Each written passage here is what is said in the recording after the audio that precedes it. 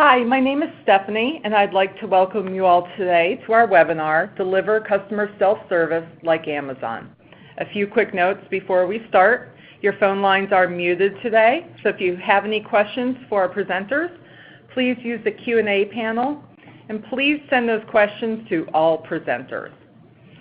Secondly, Jeff will be doing a demo later on in the webinar, so you may find it helpful now to find full screen mode. That will give you a much better view of the demo.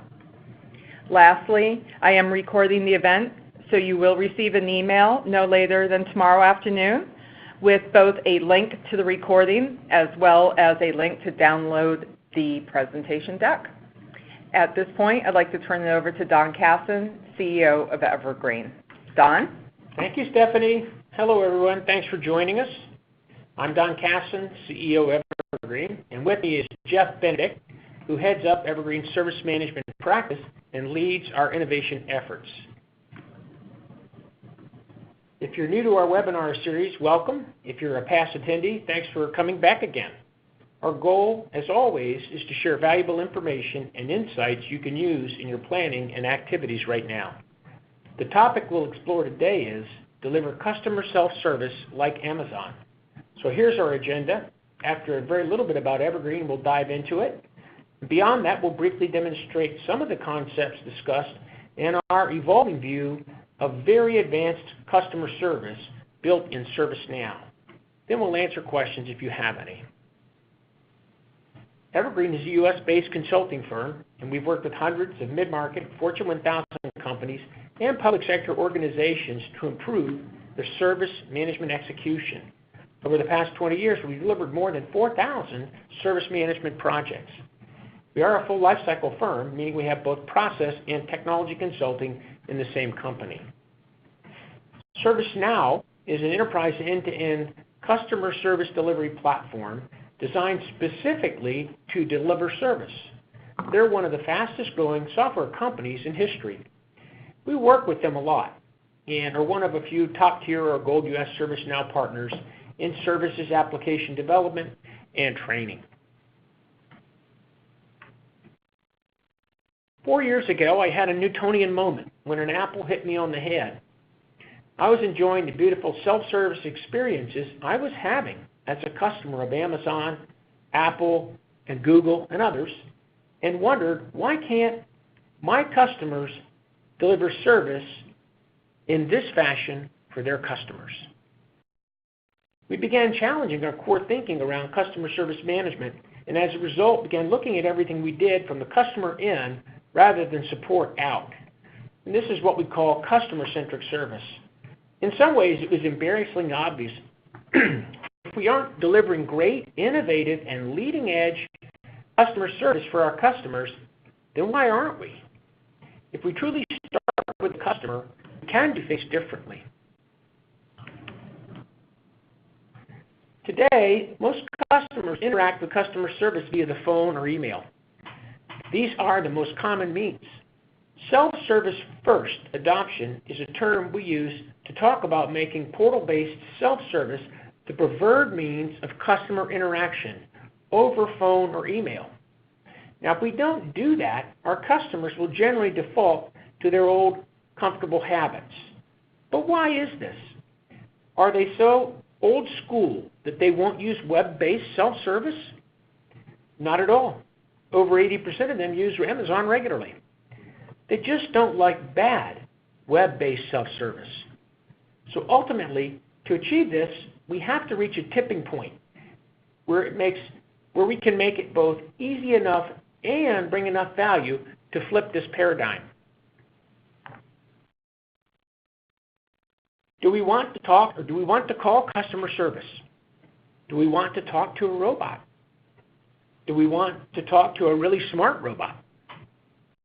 91% of customers would use a portal to answer their questions as their preferred interaction if the information was good.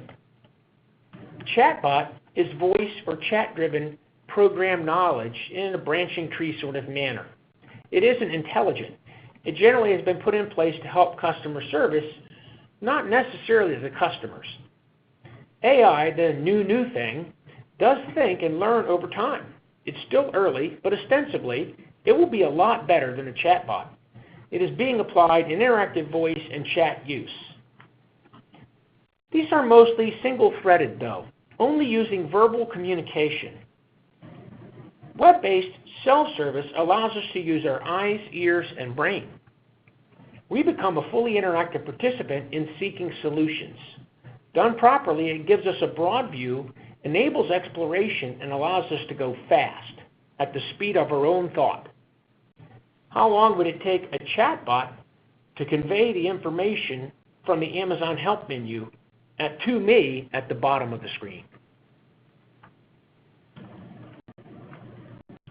We hear a lot in our business about omni-channel customer support. Engage the customer in whatever manner they choose equally, with a preponderance of that being voice, chat, and email.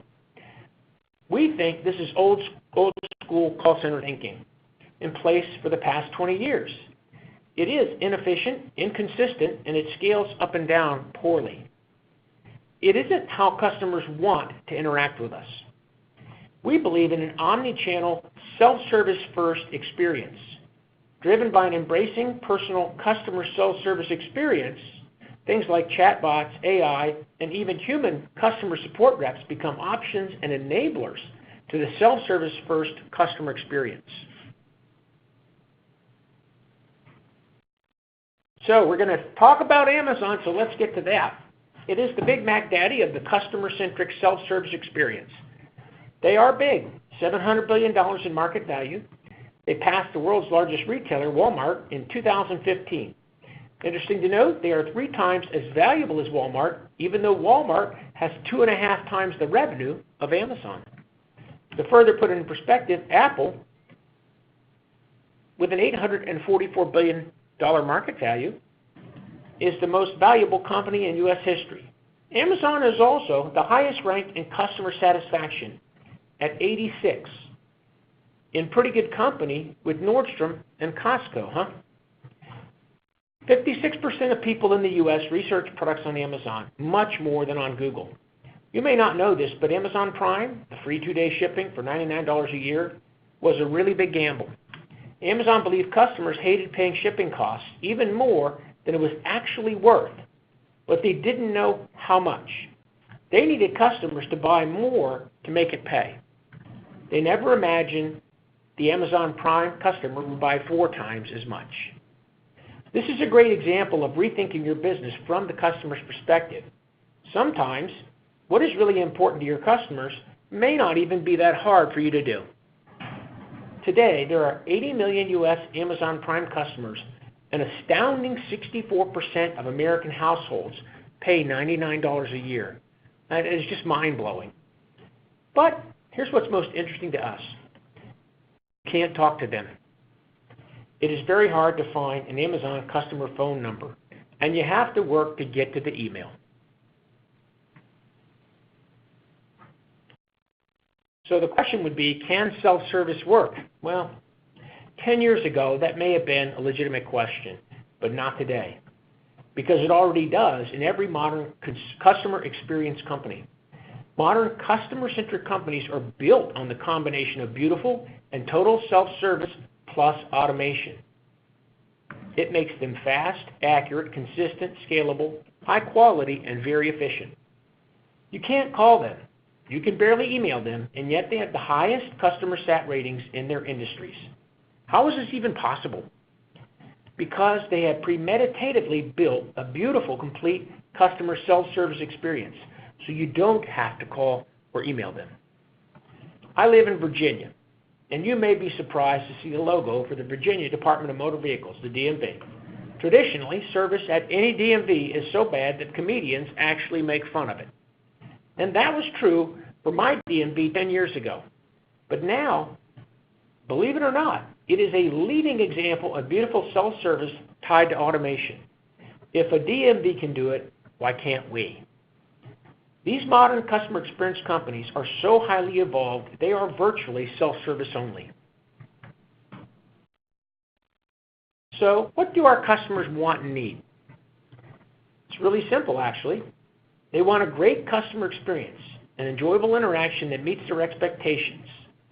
But more, They really want us to improve their lives. What does Amazon really do? It saves us time, it helps support the relationships in our lives, and it removes the unhappiness of poor quality. Amazon improves my life when I can send a thoughtful gift to a friend at a stoplight. I shop a lot on Amazon Prime, and here's why. The product research due to social media reviews is unparalleled. If I see a product with 4.5 stars and 50 or more reviews, I know it's going to be good. I have brought enough choices, and I can very easily narrow them down. The price, while not the lowest, is generally fair, and the incredible convenience and ease of use puts it over the top. The customer experience puts it over the top. It is my Amazon. It is personalized for me, which saves me time and money.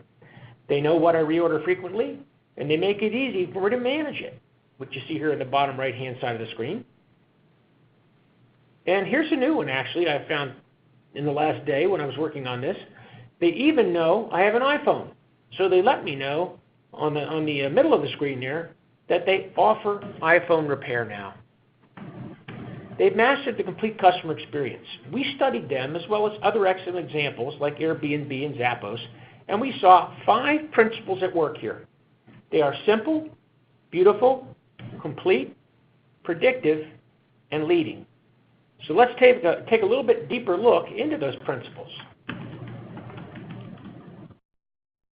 Simple means just that, simple, not hard to understand or do, having few parts, not complex or fancy.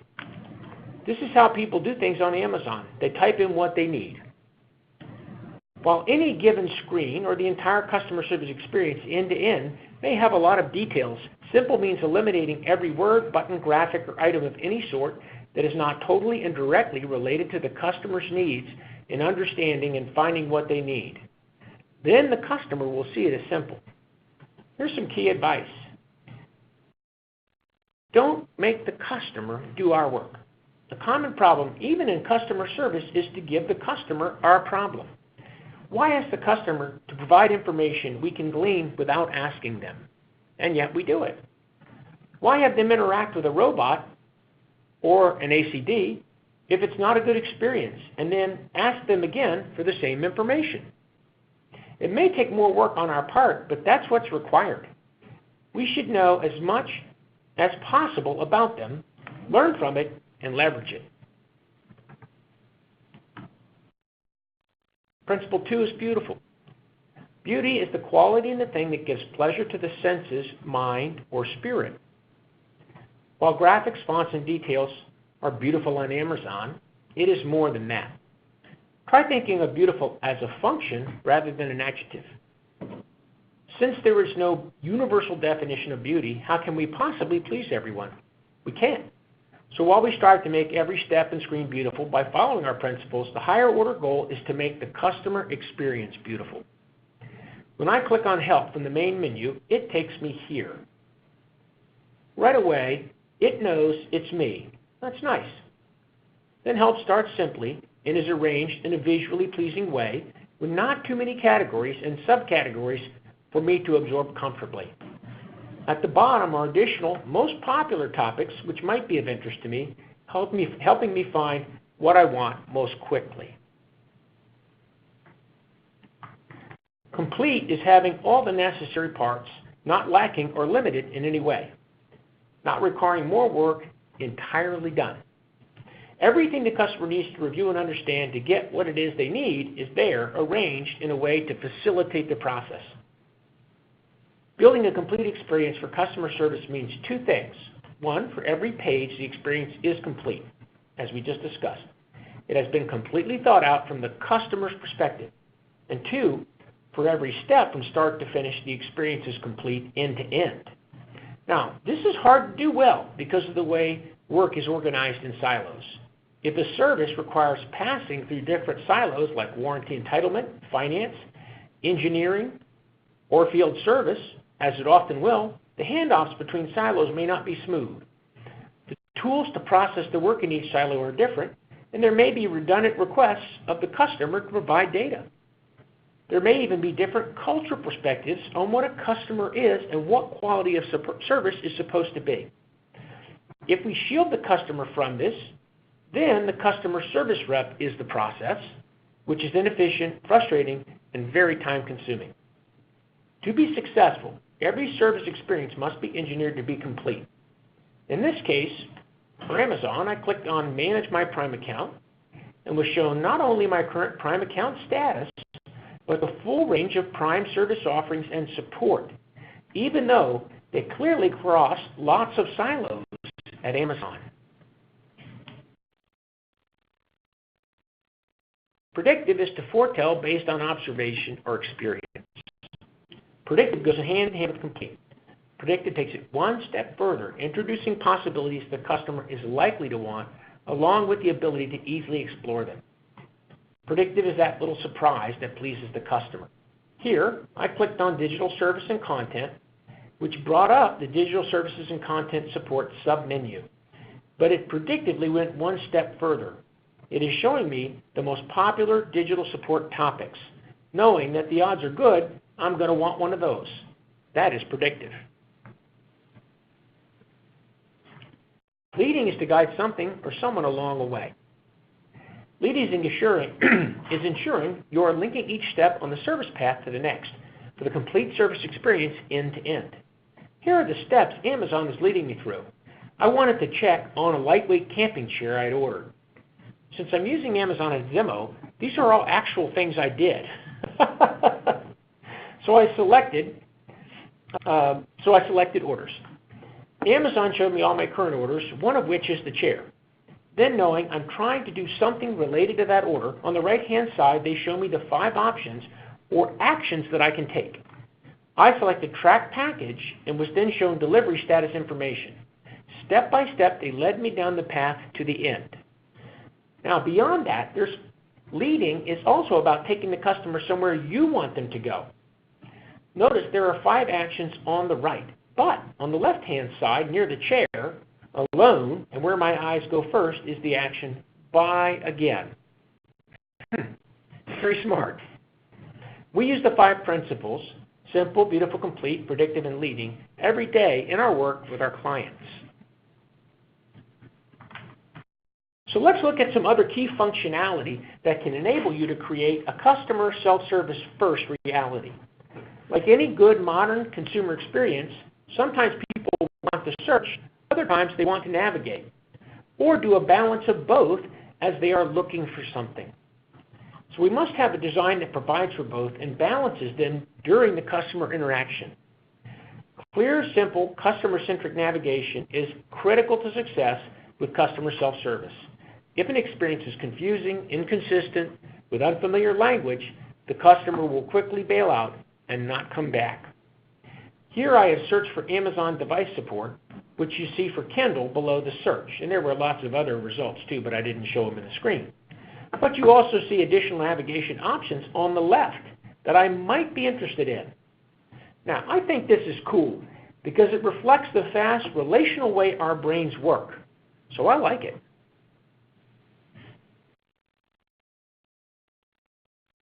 A very big value point in self-service is to offer enough knowledge easily searchable to make it worthwhile for the customer to use it in the self-service experience. Self-service knowledge is a key weakness in most customer service environments, which is a shame because many of these same support centers have well-developed knowledge, but only for the use of the customer service reps. It hasn't been reformatted and delivered to the customers for self-service. Here I'm looking at a Starbucks coffee machine called a Verismo. Customer questions and answers, or frequently asked questions, are a primary and powerful form of knowledge. Customer reviews can also be useful in self-service as they reflect actual experiences which might be relevant to me. If I scroll down, I can easily see additional detailed information on the product and can even download a product manual in that lower orange circle on the left-hand side. I still find these useful, even though that is kind of old school. On the right are 36 questions that are answered, which I can easily search. One other thing worth noting. Amazon knowledge is consistently written, formatted, and placed for every product, regardless of what internal store and internal store manager it comes from, and there are hundreds of stores in Amazon. Why is that? Because if some of it was good and some of it was bad, would we say sometimes Amazon is good, sometimes bad? No. We would say that Amazon is bad, and we would not use it. Consistent customer experience is essential. So much so that two of our customers branded their customer-centric programs as one Fiserv and one Novartis, meaning one company to their customer.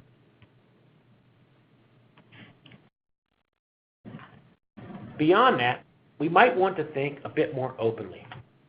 We don't have to author all the knowledge. Collaborative socially cured knowledge is a leading way we get support today. Who out there hasn't used YouTube to learn how to fix their dishwasher? I did. The guy was quite funny, too. While we can't guarantee it's completely accurate, can we say that for the knowledge we develop internally? Sadly, no. It's often very out of date. We might even go so far as to say that collaborative knowledge could be more accurate, as it's being constantly curated. So I'm still interested in the Starbucks Verismo, or Verismo. There's apparently two ways to pronounce it. But I didn't see what I was looking for, so I asked the community, how do I use it? This morning, I had received three replies via email, one from a Mr. and Mrs. Coffee. Now, I'm not sure that's their real name. I even had an easy button to click to thank them, which I did. Very impressive. Next, consider leveraging collaborative workspaces internally to create very active communities of interest inside your company with the ability to share and search processes, documents, best practices, lessons learned, all the sorts of things that would be worth sharing with the group of people you're trying to support a product. Here's an example using a popular collaborative tool called Slack, which we put in place at Evergreen 24 months ago. The impact is almost not believable. It has dramatically improved knowledge sharing and the ability for our sales, project managers, consultants, and executives to easily support each other with a key side benefit. Email traffic has gone down over 50%. If you look down the left-hand side menu, you can see this particular workspace called a channel in Slack is named Knowledge Service Now. That's where we share information about how to leverage the platform. There's a lot of stuff in there. While you may not have Slack, I bet you all have access to the Microsoft Collaborative Workspaces. Who would you invite? For any given product or service, how about support, sales, engineering, and product line management? So I believe that many of our customer service challenges come from being tied to technologies not designed to support what we do. In the early days of the 1990s, customer relationship management, or CRM, was about customer service and sales. It took a balanced view of the customer's relationship with the company over time and saw sales as a supporting part of that dynamic. Companies like Vantiv, Clarify, and Scopus were leaders in the space. Then Tom Siebel came along with Siebel Sales Automation, designed and built for running sales better, which the VPs of sales bought. It had some basic customer service functionality, so these VPs replaced their CRM solutions with Siebel. Customer visibility and customer service suffered. A decade later, Salesforce came along and replaced Siebel in sales automation because it was better, faster, and cheaper. But customer service still remained in the background, which kind of brings us to today. Like Back to the Future.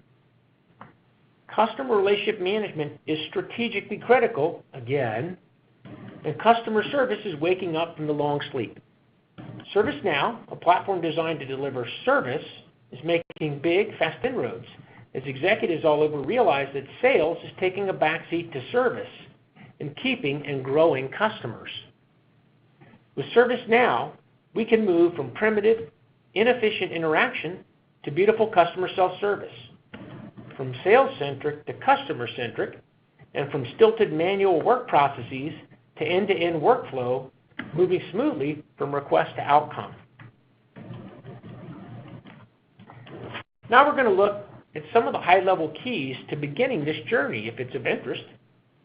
So here's our first key: know why you're doing it. That sounds pretty simple. Why are you doing it? What's your goal? Is it to take work off of customer service? To push off common recurring customer requests and queries to some sort of bot? If so, it'll probably fail. These are great outcomes if they can be delivered as part of a goal that is customer-centric, self-service first. How about this for a two-part goal? Use technology to delight, inspire, and make our customers' lives and work better, while also simplifying, improving, automating, and eliminating the work of customer service. We call this balanced design. Give the customer what they want to get what we need. So what are your design inspirations? Good inspirations are visual and textual images that help keep you focused on your goal. Here are the top 3 Amazon principles: customer obsession, ownership, invent and simplify. So who has a customer experience that is astounding? One I like is a company called HubSpot, the inbound marketing company. They have a marketing enablement platform, but that's not what they do. What they do every day is teach their customers how to be better marketers. Find ones that inspire you and align with your goals. How do you see customers using it? Visualizing this will help keep you focused on your customers' needs, not your needs, and ensure your services, whatever they are complete. Think of web experiences you love and why. Have examples you can go to when you hit obstacles to help you get through them.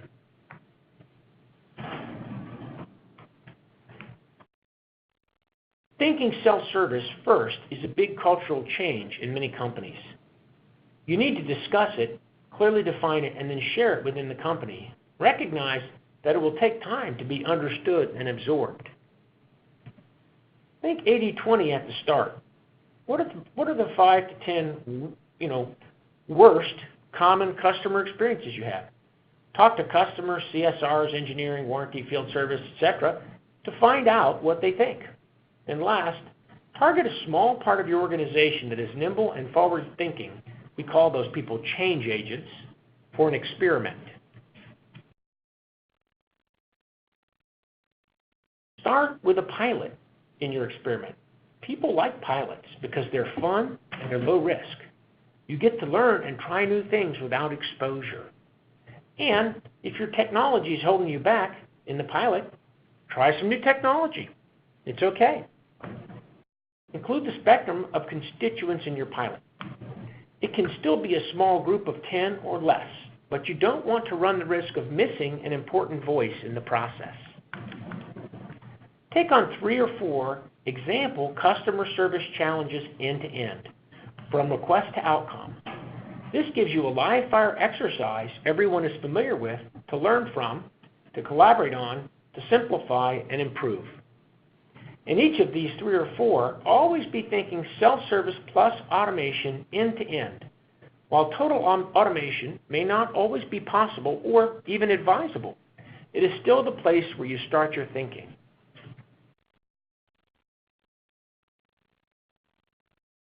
So closing thoughts on the discussion. Customer self-service thinking absolutely and dramatically can change how we see customer service. In the words from Russell Conwell's famous book, we are sitting on acres of diamonds. There is great opportunity all around us. Starting with the top 5 or 10 isn't all that hard. So we ought to get going. And there are best practices examples all around us. The Pareto principle that 80% of the value is in 20% of the activities absolutely holds true. We are surrounded by great global demo sites like Amazon that we can use every day. So the web-based self-service best practices are literally right in front of us. And last, rethinking knowledge in a much broader way is a wonderful opportunity for customer service to change the value that it provides. So when will we start? The world has dramatically changed around us over the past decade, and perhaps we have not. Maybe it's time to get started. Okay, so that's all we're going to have for our presentation today, and now I'm going to turn it over to Jeff, and he's going to demonstrate some of these concepts in ServiceNow's customer service management. Thank you, Don. So I'm going to begin kind of from a customer perspective. So I'm logged in as one of our customers in our self-service portal, and this is using the service portal technology of ServiceNow.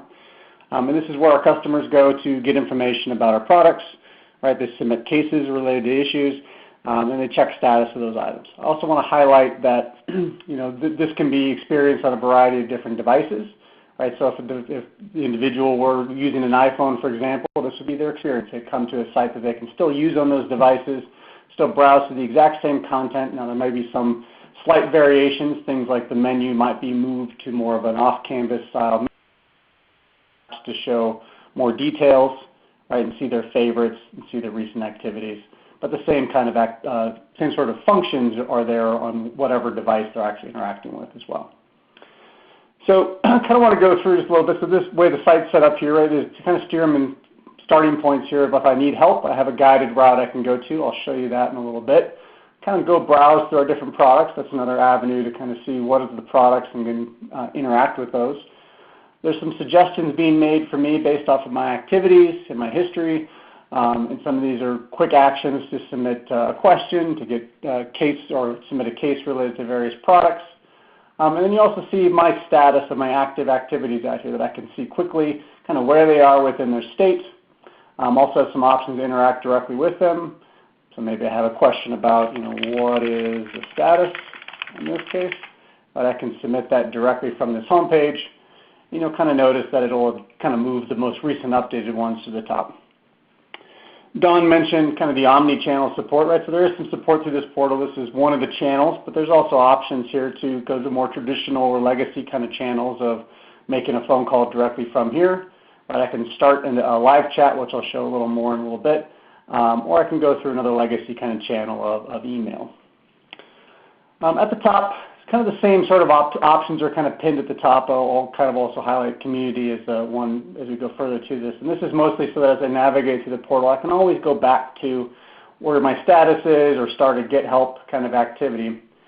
But another route obviously is search. So as I search, some of the things that are going to come up from here are going to be suggestions based off of other successful searches that people have performed.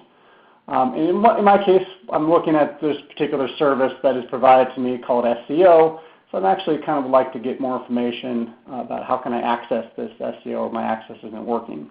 Right, so this runs a search, shows me mostly knowledge content or answers related to this particular issue that I'm having or challenge that I'm having.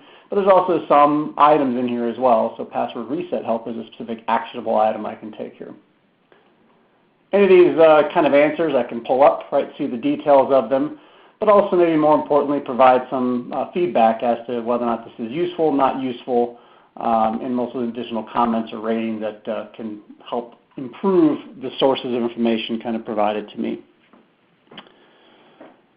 Another kind of useful feature I want to highlight at the top here in the header is there's a notifications component here, and this is pulling in both notifications that are targeted for me in terms of activities I'm performing, like status updates related to my cases, but are also more targeted communications, like in this case a publication that one of the services or products that I'm using is going to become unavailable this coming Saturday. And if I want to learn more about this, I can click on the publication, see more details, has some actions for me to also go and perform more information to see this particular product page, or if I have an issue pertinent to this particular product, I can also kind of jump into our help area kind of with that product kind of contextually tied. So also highlight, you'll notice as I reviewed and viewed that particular publication, it's no longer kind of alerting me that it's something for me to read and review, so it's keeping track of my kind of my activity of consuming that particular publication. While I'm here, I also want to highlight that as a customer, there are account preferences and profiles, right, that I can adjust and manage. But also a lot of what is showing up for me as a customer in the portal is tied to who I am and the things that I use from the company that I'm getting support for. Right? And that kind of starts with these registered assets and products. So these are in essence the products that are tied to my company. These are the ones I can submit cases on or check status on, or in essence my purchases that I've made. Right? would be the equivalent in Don's Amazon, the orders that he's actually submitted. Now, I also have some options for my broader set of community or company to add other people into this as well. So if I have other contacts that we want to provide access to the portal and submit cases, check status, we can do that through simply kind of creating a new account contact that's associated with our accounts kind of through this portal as well. I want to go to Get Help. So as I kind of, looking for help on issues, the intent here is really to kind of steer me through kind of a series of questions to kind of help me get to a topic that's going to reveal some answers and solutions and maybe a better guided support for my particular question or issue. Oops, I went too fast. So as I click into an area, it's going to show me kind of what are the different sub-choices for me to have. So if I want to reset a password, or in this case I'm getting a particular error, or I have a kind of general question, or none of these maybe fit, these are my different choices. But as I click into one of these and choose, a couple things are happening for me. One, it's kind of pre-filling in my form, so I don't have to do a lot of work here to submit a case related to this particular topic. But the main thing I wanted to highlight is that on the right here there are some additional things or different routes for me to get support. Right, again, another place where we're bubbling up answers through either knowledge or through the community. Here's some things you might want to try. Right, so maybe I want to try these 5 things first of trying to get access before I go and try to just submit a case. My other option is I can go through another channel here of kind of chat. Right, which again in this case is tied specifically to that this topic and kind of who are the right people to chat with in regards to this topic. Now Don mentioned kind of bots, right, or virtual agents. So that's something I kind of plugged in here as an example, right, is that we can also in this case use, this is IBM's Watson's agents kind of behind this engine here. And some of the things that you can do with this is as I say hello, it's going to kind of give me some indication of some of the actions I can perform here. And so, one of these might be something like, what is the status of maybe one of my cases? Phrase it in the form of a question. Right, and then it can kind of spit back, here's the actual case. It's in a new status. Do I want to add a comment? I do not. Right, and then maybe also in regards to the product that I'm kind of interacting with, maybe I'm curious about when the next release is going to come out. I can do something like, when do you expect the next release of SEO? Right, I can send that kind of question forward, and then I get back a reply. Here's our actual current release schedule for this particular next version of that product. And I can see that not too far away is early access for customers. Right, and then I don't have anything else, so at this point maybe I'm done talking to a bot. I don't feel like I'm getting where I want to go. I can also start a live agent chat and kind of do the same sort of thing here, like where I'm saying maybe I'm getting a particular error, start that particular chat conversation. At this point I'm kind of dropped into a queue. Right, and then on the other side of this, just to show this quickly, there is an agent, right, whose job is to respond to these cases and also handle kind of chat activities that come in.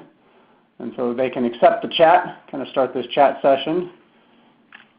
I am looking into your issue. Right? And then some of the interesting things that can happen on this side of the house is that they can use the same sort of activities, right, maybe a broader set of knowledge base or content. But can kind of basically go leverage these different knowledge contents or answers and questions from the community. And all of this can be kind of shared and pasted into here. Like, does this help?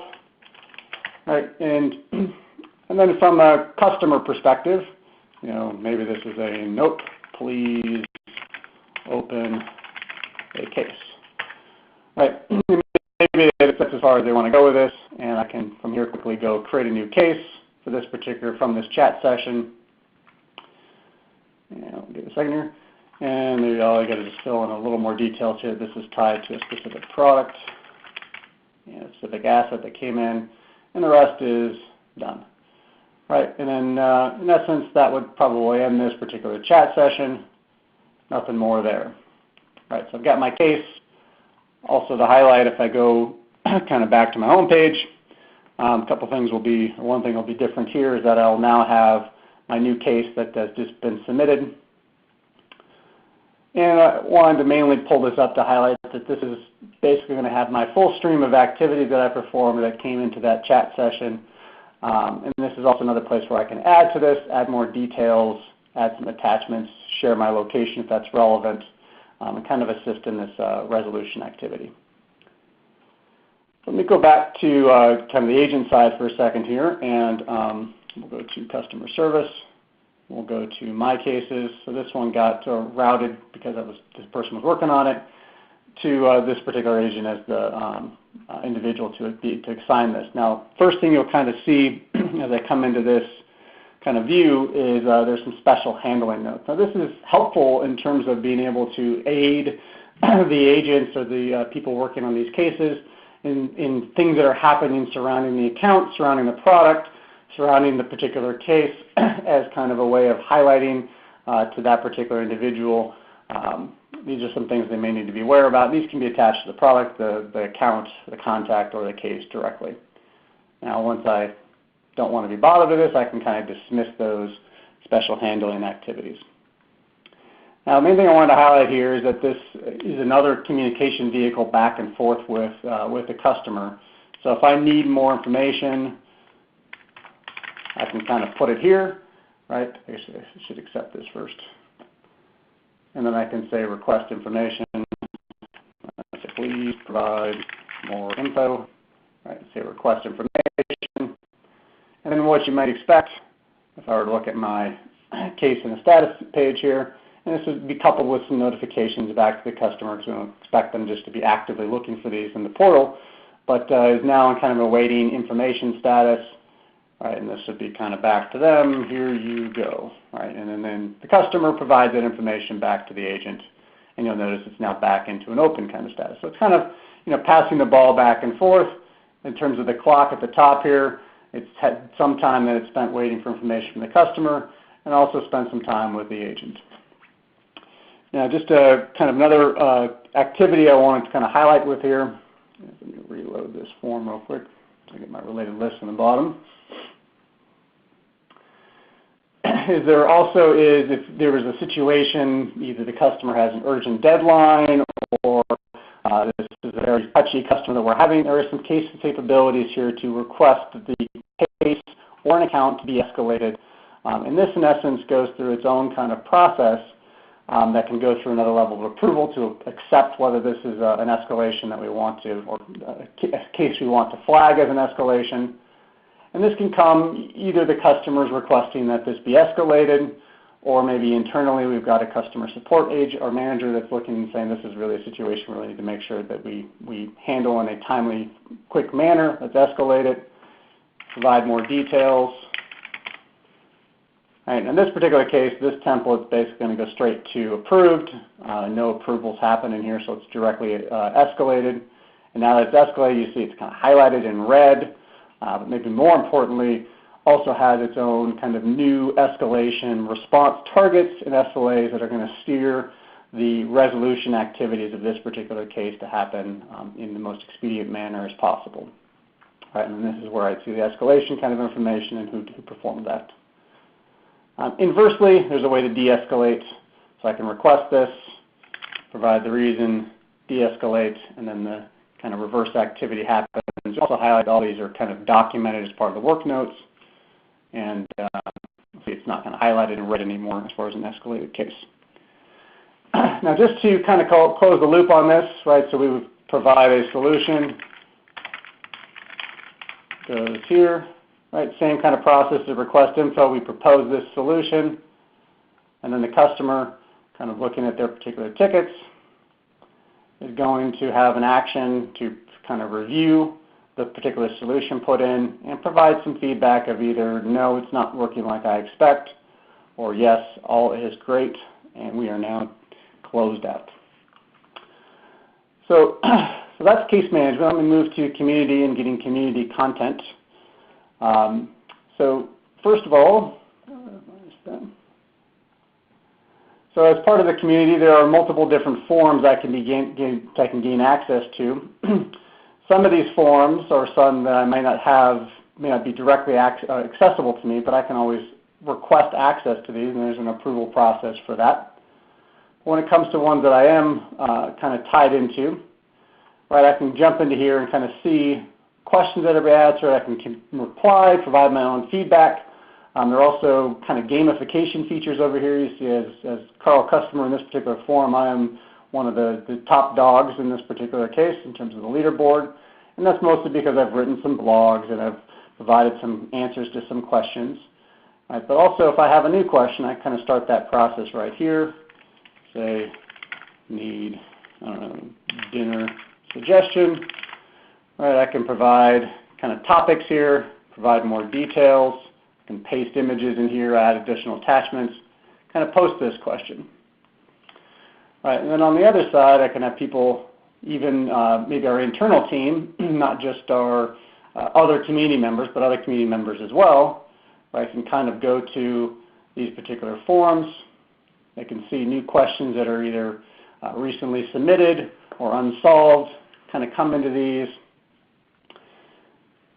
They can vote on them, kind of reply to them. Here is an answer.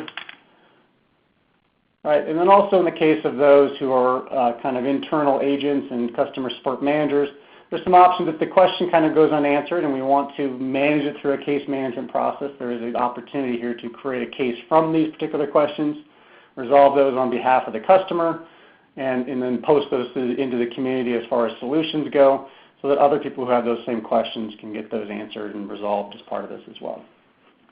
And then just to highlight here, so if I go to my dinner suggestion question, if I see I've got a reply that I like, I can say yes, indeed that is helpful.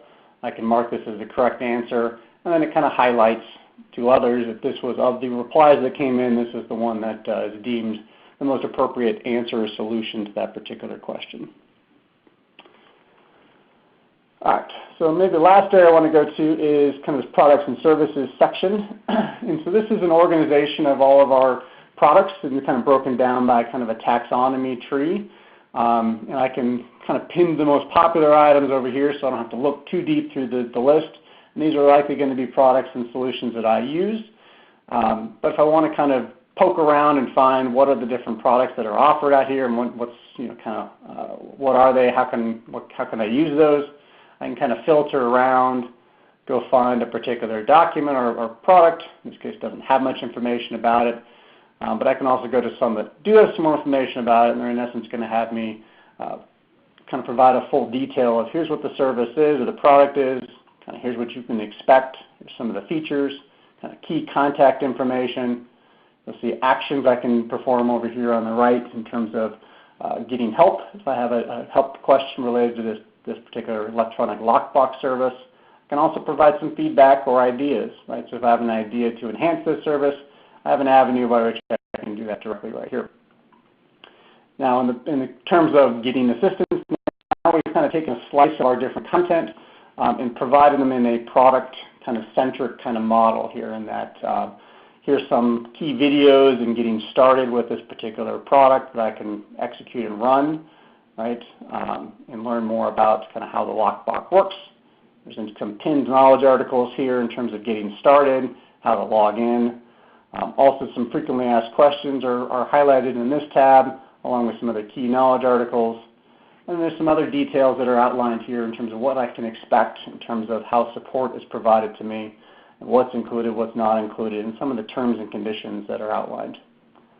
Also, there's some health information if this has been a solution that's staying up and available to me and being resolved to targets. I can also subscribe to alerts as part of this activity. And then lastly, there's a review and feedback kind of tab, similar to what you'd find in Amazon, right, which I can also contribute to very easily by providing a rating and some feedback as part of that activity. So that is kind of what I wanted to show today. I hope this was helpful in seeing kind of at least both sides, but primarily the customer portal side or customer service side of how a customer can interact with kind of the cases, the chat bots, and also some of the product information and knowledge that goes along with that.